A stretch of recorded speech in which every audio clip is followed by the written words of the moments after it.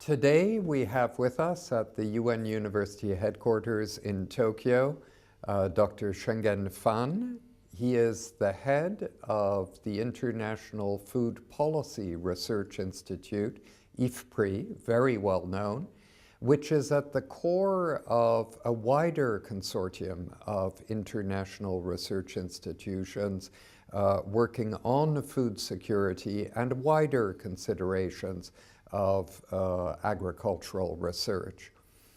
For many years, the work of these institutions was appreciated, but somewhat obscure because we didn't think we had big crises that we were facing. After the Green Revolutions of the 1970s, early 1980s, many countries thought they had solved their agricultural challenges, and so investment declined, and while research continued, political interest in agriculture declined. All of this started changing about 15 years ago with a sense that food might become more scarce and more expensive in the future, all of which came into focus with the 2007-2008 food price spike, which started locally in several places, but rapidly became a global food price spike. And we've had little hints of other spikes since. So those who thought that it was just a one-off phenomenon were probably wrong. In that sense, it's good for IFPRI's business because everybody's interested now in the issues it works on. But these are very significant issues. They require significant investments, a shift in investment nationally in many countries, and also they need to take into account changes in the world economy that probably mean that food is going to be more expensive and for the poor more scarce for quite some time to come. The growing middle classes all over the world eat more and they eat differently, and this is putting pressure on the food supply system globally.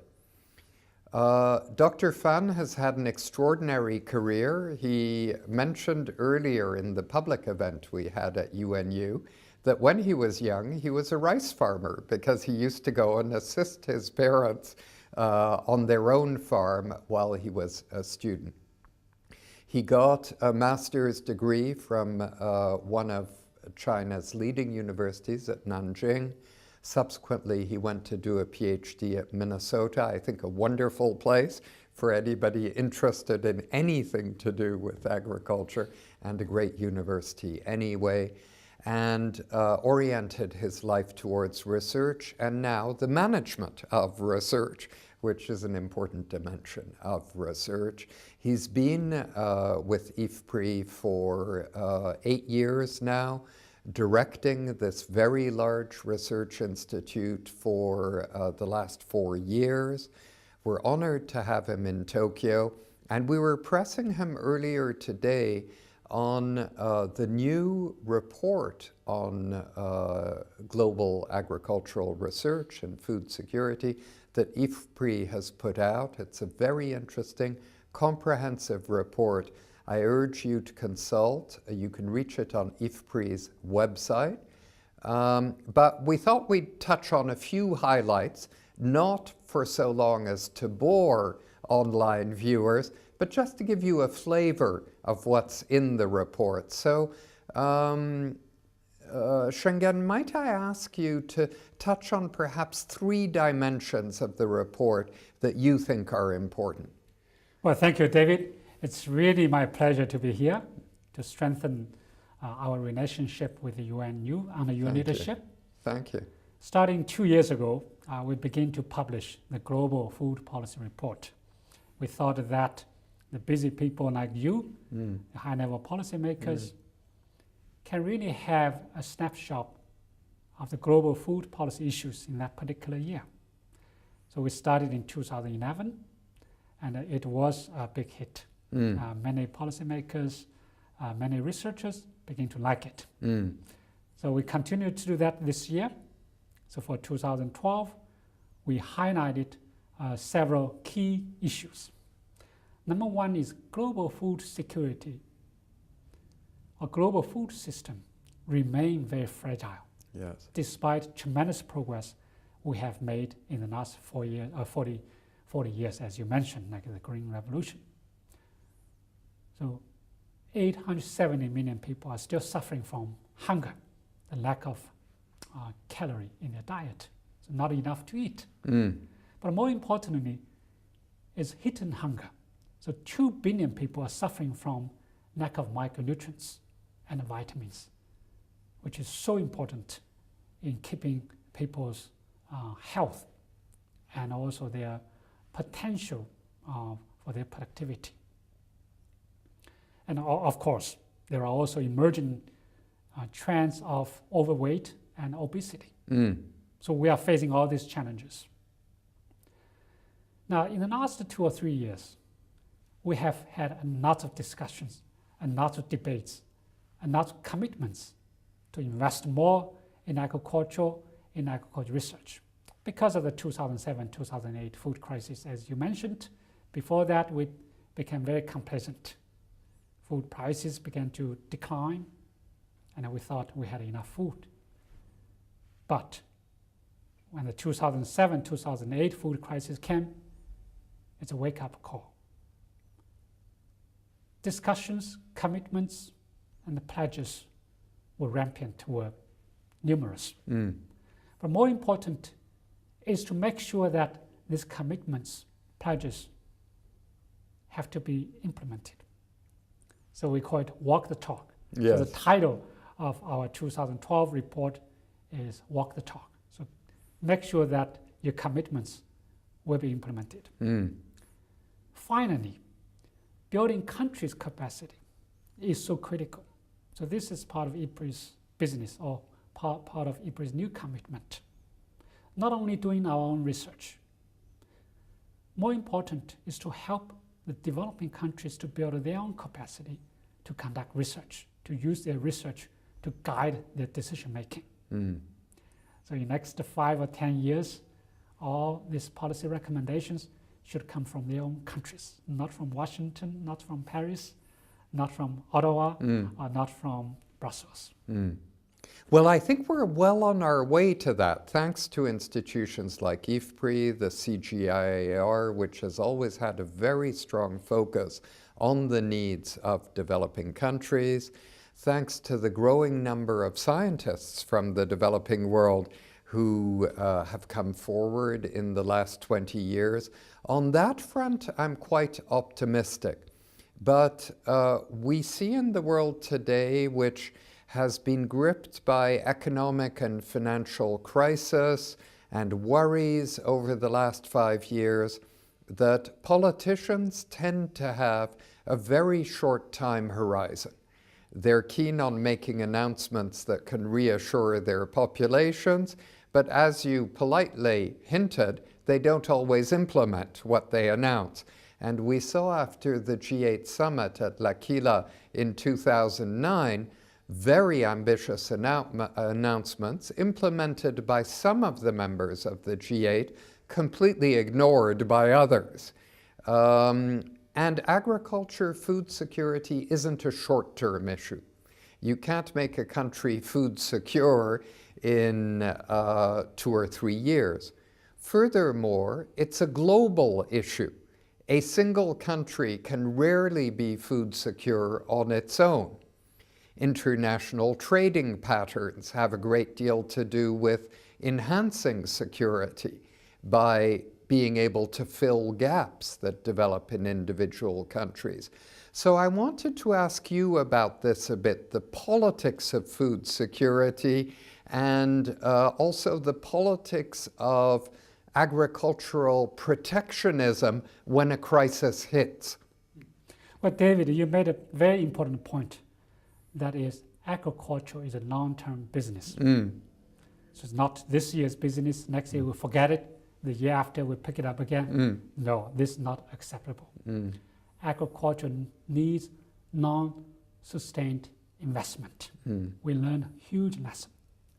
2007, 2008 food crisis, although there are many other factors, but the fundamental cause behind of that is there was a gap between supply and demand. Then other factors, weather events, the export bans, all this exacerbated the crisis. So the fundamental cause is lack of investment, lack of productivity growth. So we should always remember, we never try to go back to that sort of complacent spirit again. Do make sure that long-term commitment, long-term investment is needed to promote agricultural growth for long-term food security. Now the second, yes, food is very political. And every country try to use their own policy to secure the food access for their own population. To some extent, it is right that everybody, every citizen needs to have access to nutritious food. This is basically human rights. But how you're going to achieve it, at what cost, is a very important question. So if we all work together, if all the countries work together, we can achieve food security much more efficiently, much more effectively, and probably we will be able to achieve food security for everybody. The reason is, if every country works independently, any weather shock will affect that country severely without using global trade, global market. So it's a very important research question, how a particular country will use trade, will use their own production, use their own reserve of stocks to help the poorest poor and to achieve their food security efficiently and effectively. Now finally, agriculture and food security, of course, relate to so many other issues, and a number of resources relevant to those issues are under great pressure today. Water, for example, which has been wasted prodigiously over the last 100 years, is a vital input for agriculture. And yet we see in much of the world that progress on water management is slow. Sometimes we're actually moving backwards on water management.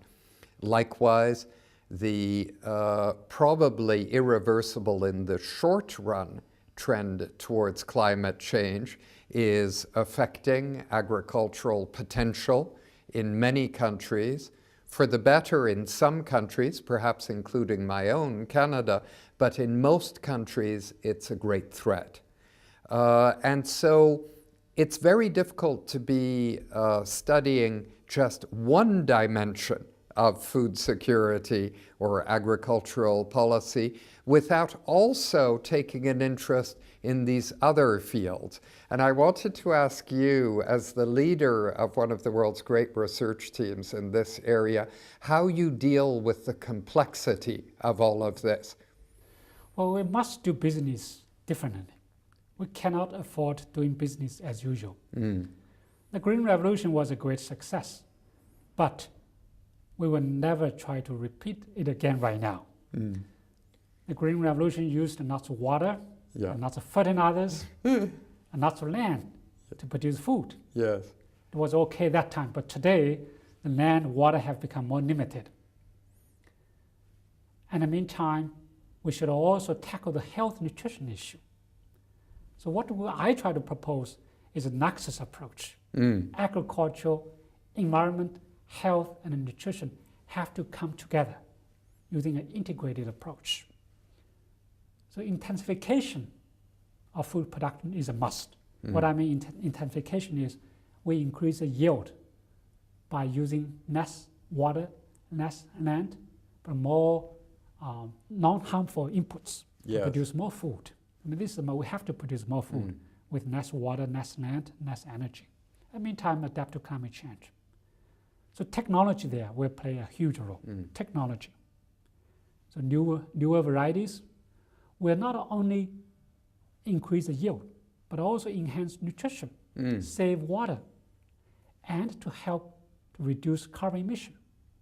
And I have seen some exciting results from CGIS centers you mentioned. And more importantly, our mission is not just to maximize food production. Our mission is to make sure that people can improve their nutrition and health through their food consumption. So this Nexus approach will be the central of our new mission.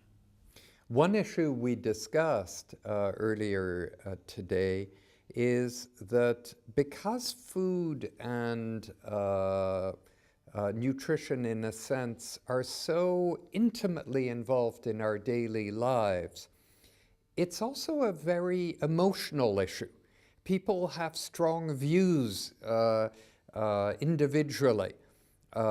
Should food be organic, for example? Some people believe passionately that food should be organic.